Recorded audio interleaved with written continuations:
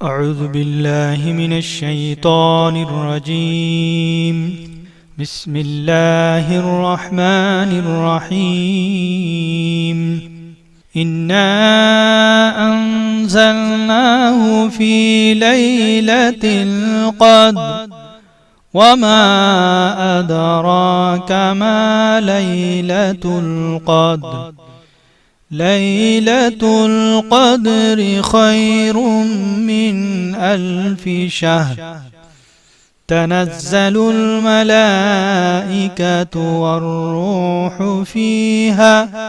فيها بإذن ربهم من كل أمر سلام هي حتى مطلع الفجر সুপ্রিয় সুধী মণ্ডলী, আসসালামু আলাইকুম ওয়া রাহমাতুল্লাহি ওয়া বারাকাতুহু।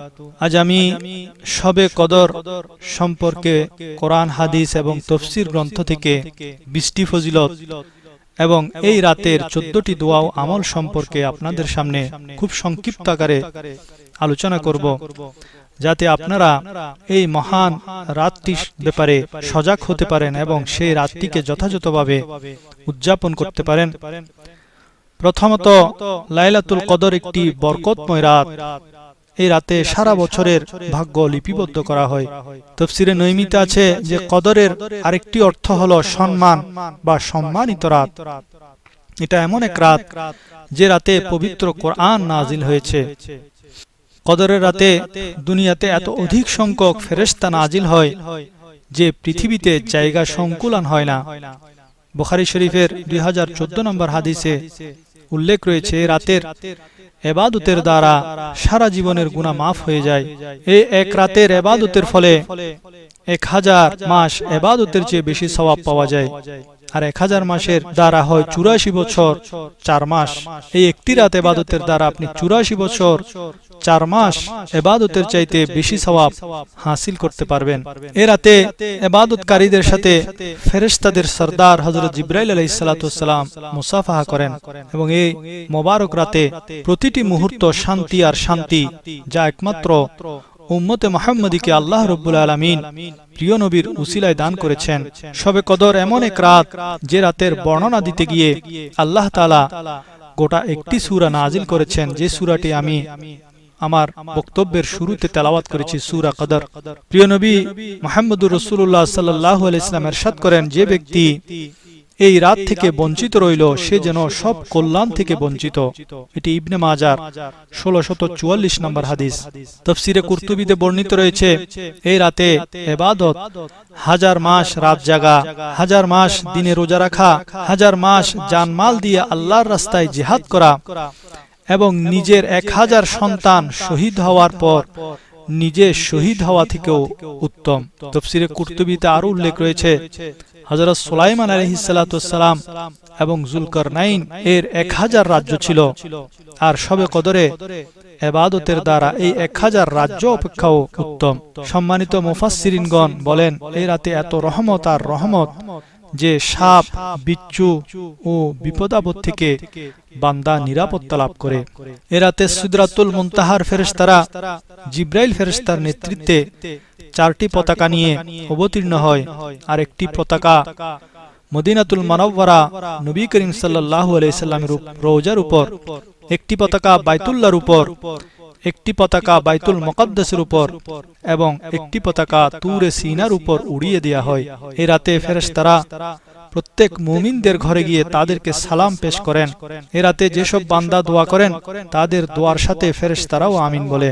এই রাতে প্রত্যেকটা সাধারণ লোককে ক্ষমা করে দেয়া হয়, তবে মদ পানকারী, মাতা পিতার অবাধ্য, আত্মীয়তার সম্পর্ক ছিন্নকারী, হিংসা পোষণকারীকে, এই 4 ধরনের পাপীকে আল্লাহ তাআলা ক্ষমা করেন না। তাফসীরে রুহুল বায়ানে উল্লেখ রয়েছে, এই রাত হলো নিরাপত্তাময়ী রাত। এই রাতে রোগ, শোক, অনিষ্ট, বিপদ আপদ থেকে নিরাপত্তা রয়েছে। তাফসীরে রুহুল বায়ানের 10ম খণ্ডে উল্লেখ রয়েছে, এই রাতে শয়তানের অনিষ্ট করার ক্ষমতাও থাকে না এবং এই রাতে জাদু টোনাকারীদের জাদু টোনাও কাজ করে না। এই রাতটি হলো শান্তি আর শান্তি। এবার আসুন শবে কদরের রাতে আমরা কোন ধরনের ইবাদত, জিকির ও দোয়া পাঠ করব তা সংক্ষেপে জেনে নিই। গরাইবুল কোরআনের 187 পৃষ্ঠায় একটি দোয়ার উল্লেখ রয়েছে যা 3 বার পাঠ করবেন। লা ইলাহা ইল্লাল্লাহু হালিমুন করিম সুবহানাল্লাহি রাব্বিস সামাওয়াতিস সাব'i ওয়া রাব্বিল আরশিল আযীম। আমি আবার পড়ছি, লা ইলাহা ইল্লাল্লাহুল হালিমুল করিম সুবহানাল্লাহি রাব্বিস সামাওয়াতিস সাব'i ওয়া রাব্বিল আরশিল আযীম। এর অর্থ হলো সহনশীল ও দয়ালু আল্লাহ ব্যতীত ইবাদতের উপযোগী আর কেউ নেই। আল্লাহ তাআলা পবিত্র, যিনি সপ্ত আসমান ও আরশে আজিমের মালিক ও প্রতিপালক। দ্বিতীয় আমল হলো এশা ও ফজর সারা বছর তো পড়বেন, তবে রমজানের শেষ 10 দিন এশার ও ফজরের নামাজ জামাত সহকারে পড়াটা কোনোভাবেই ছাড়বেন না। কেননা মুসলিম শরীফের 656 নং হাদিসে নবী করিম সাল্লাল্লাহু আলাইহি ওয়াসাল্লাম ইরশাদ করেন, যে ব্যক্তি এশার নামাজ জামাত সহকারে পড়ল সে যেন অর্ধেক রাত জাগ্রত থেকে ইবাদত করল, আর যে ব্যক্তি ফজরের নামাজ জামাত সহকারে পড়ল সে যেন পুরা রাত ইবাদতের মধ্যে কাটালো। তৃতীয় ইবাদত হলো শবে কদরের রাতে 7 বার সূরা কদর তেলাওয়াত করবেন।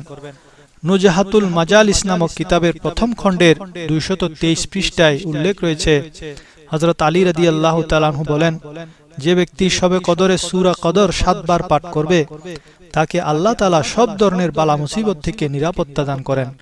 70,000 ফেরেশতা তার জন্য জান্নাতের জন্য দোয়া করেন। তিরমিজি শরীফের 3524 নং হাদিস উম্মাহাতুল মুমিনিন আয়েশা রাদিয়াল্লাহু তাআলা আনহা শবে কদরের দোয়া সম্পর্কে প্রশ্নের জবাবে নবী করিম সাল্লাল্লাহু আলাইহি ওয়াসাল্লাম ইরশাদ করেন যে শবে কদরে এভাবে দোয়া করো। দোয়াটি হলো, আল্লাহুম্মা ইন্নাকা আফুউন তুহিব্বুল আফওয়া ফাআফু আন্নি। আমি আবার পড়ছি, আল্লাহুম্মা ইন্নাকা আফুউন তুহিব্বুল আফওয়া ফাআফু আন্নি। অর্থাৎ, হে আল্লাহ, নিশ্চয়ই তুমি ক্ষমাশীল, তুমি ক্ষমা করাটাকে পছন্দ করো, তাই আমাকে ক্ষমা করো। 5 নম্বর আমল হলো এই রাতে বেশি বেশি নফল ইবাদত করবেন। 2 রাকাত করে নিয়ত করে যত সম্ভব নফল আদায় করবেন। তাফসীরে রুহুল বায়ানের 10ম খণ্ডে উল্লেখ রয়েছে, যে ব্যক্তি এই রাতে নিষ্ঠা সহকারে নফল আদায় করবে তার পূর্বের সব গুনাহ মাফ হয়ে যাবে। যে কোনো সূরা দিয়ে নফল পড়া যাবে। রমজানের শেষ 10 দিন প্রতি রাতে শবে কদরের নিয়তে অন্তত 2 রাকাত নামাজ পড়ে নেবেন, নফল নামাজ। আর 27শে রমজানের রাতে সারা রাত জাগ্রত থেকে ইবাদত করবেন। হুজুর সাল্লাল্লাহু আলাইহি সাল্লাম রমজানের শেষ 10 দিন যখন আসতো তখন তিনি ইবাদতের জন্য পূর্ণ প্রস্তুতি নিয়ে নিতেন। তিনি সেই রাতগুলোতে নিজে জাগ্রত থাকতেন এবং পরিবারের সদস্যদেরকেও জাগাতেন। ইবনে মাজার 1768 নম্বর হাদিস।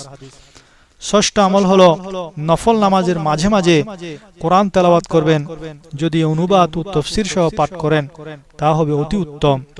সপ্তম আমল হলো নফল নামাজের মাঝে মাঝে বসে দুরূদ শরীফ পাঠ করবেন আর নিজের জন্য, পরিবার পরিজন এবং মুসলিম জাতির জন্য দোয়া করবেন। অষ্টম আমল, যাদের জীবনে অনেক কাজা নামাজ রয়েছে তারা এই রাতে কাজা নামাজ সমূহ ধারাবাহিকভাবে আদায় করে নিতে পারেন। নবম আমল হলো সালাতুত তাসবিহ আদায় করবেন। সালাতুত তাসবিহ পড়ার নিয়ম হলো যে 4 রাকাত, প্রতি রাকাতে সূরা ফাতিহার পর যে কোনো সূরা পড়তে পারেন। তবে এই নামাজের বিশেষত্ব এই যে প্রতি রাকাতে 75 বার করে 4 রাকাতে মোট 300 বার একটি তাসবিহ পড়তে হয়। আর তাসবিহটি হলো সুবহানাল্লাহি ওয়ালহামদুলিল্লাহি ওয়ালা ইলাহা ইল্লাল্লাহু ওয়াল্লাহু আকবার। প্রথম রাকাতে সানা পড়ার পর এই তাসবিহটি 15 বার পড়তে হবে। তারপর স্বাভাবিক নিয়মে সূরা ফাতিহা ও অন্য আরেকটি সূরা পাঠ করার পর এই তাসবিহটি 10 বার পড়বেন। এরপর রুকুতে গিয়ে রুকুত তাসবিহ পড়ার পর আবার 10 বার পড়তে হবে। এরপর রুকু হতে দাঁড়িয়ে গিয়ে রব্বানা লাকাল হামদ পড়ার পর তাসবিহটি 10 বার পড়তে হবে। এরপর সিজদায় গিয়ে সিজদার তাসবিহ পড়ে তাসবিহটি আবার 10 বার পড়তে হবে। প্রথম সিজদা থেকে বসে 2 সিজদার মাঝখানে এই তাসবিহটি আবার 10 বার পড়তে হবে। এরপর আবার দ্বিতীয় সিজদায় যখন যাবেন দ্বিতীয় সিজদার তাসবিহ পাঠ করার পর এই তাসবিহটি আবার 10 বার। তারপর একইভাবে দ্বিতীয় রাকাত পড়তে হবে। সূরা ফাতিহার পড়ার আগে তাসবিহটি 15 বার এবং বাকি সব জায়গায় 10 বার 10 বার করে। অতঃপর দ্বিতীয় রাকাতের দ্বিতীয় সিজদার পর আত্তাহিয়া পড়ে তৃতীয় এবং চতুর্থ রাকাতে একই প্রক্রিয়ায় আপনি নামাজ 4 রাকাতের মধ্যে টোটাল 300 বার এই তাসবিহটি পাঠ করে নামাজ শেষ করতে হবে। দশম আমলটি হলো শেষ রাতে তাহাজ্জুদের নামাজ, যা দ্বারা মহান আল্লাহ পাকের নৈকট্য হাসিল হয়। হাদিস শরীফে ইরশাদ রয়েছে, নবী করিম সাল্লাল্লাহু আলাইহি ওয়াসাল্লাম বলেছেন, আল্লাহ ওই ব্যক্তির উপর রহমত নাজিল করেন যিনি রাতে নিদ্রা থেকে জেগে তাহাজ্জুদ নামাজ আদায় করেন এবং তার স্ত্রীকেও নিদ্রা থেকে জাগিয়ে দেন। অতঃপর তিনি তার স্ত্রী তাহাজ্জুদ নামাজ আদায় করেন। এমনকি যদি স্ত্রী ঘুম থেকে জাগ্রত হতে না চান তাহলে তার মুখে পানি ছিটিয়ে দেন। আবু দাউদ ও নাসাই শরীফের হাদিস। তাহাজ্জুদ নামাজ 4 রাকাত পর্যন্ত পড়া যায়। রাসূলুল্লাহ সাল্লাল্লাহু আলাইহি ওয়াসাল্লাম তাহাজ্জুদ নামাজ কখনো 4 রাকাত, কখনো 8 রাকাত, কখনো 12 রাকাত পড়েছিলেন। 11 নম্বর আমলটি হলো বেশি বেশি ইস্তেগফার পাঠ করবেন, যা দ্বারা গুনাহসমূহ মাফ হয়। আমাদের নবী করিম সাল্লাল্লাহু আলাইহি ওয়াসাল্লাম অধিক পরিমাণে ইস্তেগফার করতেন, যদিও আল্লাহ তাআলা তার পূর্বাপর সবকিছু ক্ষমা করে দিয়েছেন। আয়েশা রাদিয়াল্লাহু তাআলা আনহা বলেন যে রাসূলুল্লাহ সাল্লাল্লাহু আলাইহি ওয়াসাল্লাম দুনিয়া থেকে পর্দা ফরমানোর আগে বেশি বেশি বলতেন, সুবহানাল্লাহি ওয়া বিহামদিহি আস্তাগফিরুল্লাহ ওয়া আতুবু ইলাইহি। এটি বুখারী এবং মুসলিম শরীফের হাদিস। এমনি নাসাই শরীফের হাদিস আবু হুরায়রা রাদিয়াল্লাহু তাআলা আনহু থেকে বর্ণিত, তিনি বলেন, পেয়ারা নবী করিম সাল্লাল্লাহু আলাইহি সাল্লামের চেয়ে বেশি আর কাউকে আমি আস্তাগফিরুল্লাহ ওয়া আতুবু ইলাইহি বলতে দেখিনি। সাওবান রাদিয়াল্লাহু তাআলা আনহু থেকে বর্ণিত, তিনি বলেন, রাসূলুল্লাহ সাল্লাল্লাহু আলাইহি সাল্লাম নামাজের সালামের পর 3 বার আস্তাগফিরুল্লাহ বলতেন। 12 নম্বর আমলটি হলো কবর জিয়ারত করা। যাদের মা বাবা দুনিয়া থেকে বিদায় নিয়েছেন তারা তাদের মা বাবার কবরের জিয়ারত করে তাদের মাগফিরাতের জন্য দোয়া করবেন। 13 নম্বর আমলটি হলো এই রাতে গরিব মিসকিনকে দান সদকা করবেন, মসজিদে মাদ্রাসায় দান সদকা করবেন এবং লোকজনদেরকে খাদ্য খাওয়াবেন। দান সদকা করলে সম্পদ কমে না। আবু কাবশা আল আনমারি রাদিয়াল্লাহু তাআলা আনহু থেকে বর্ণিত, তিনি শুনেছেন রাসূলুল্লাহ সাল্লাল্লাহু আলাইহি ওয়াসাল্লাম ইরশাদ করেছেন, মা নাকাসা মালু আবদিন মিন সাদাকাতিন, সাদাকা করলে কোনো মানুষের সম্পদ কমে না। এটি তিরমিজি শরীফের হাদিস। 14 নম্বর আমলটি হলো ফজরের নামাজ মসজিদে জামাতের সাথে আদায় করবেন। অনেকে সারা রাত ইবাদত করে কিন্তু ফজরের নামাজ পড়ে না, এতে কোনো লাভ নাই।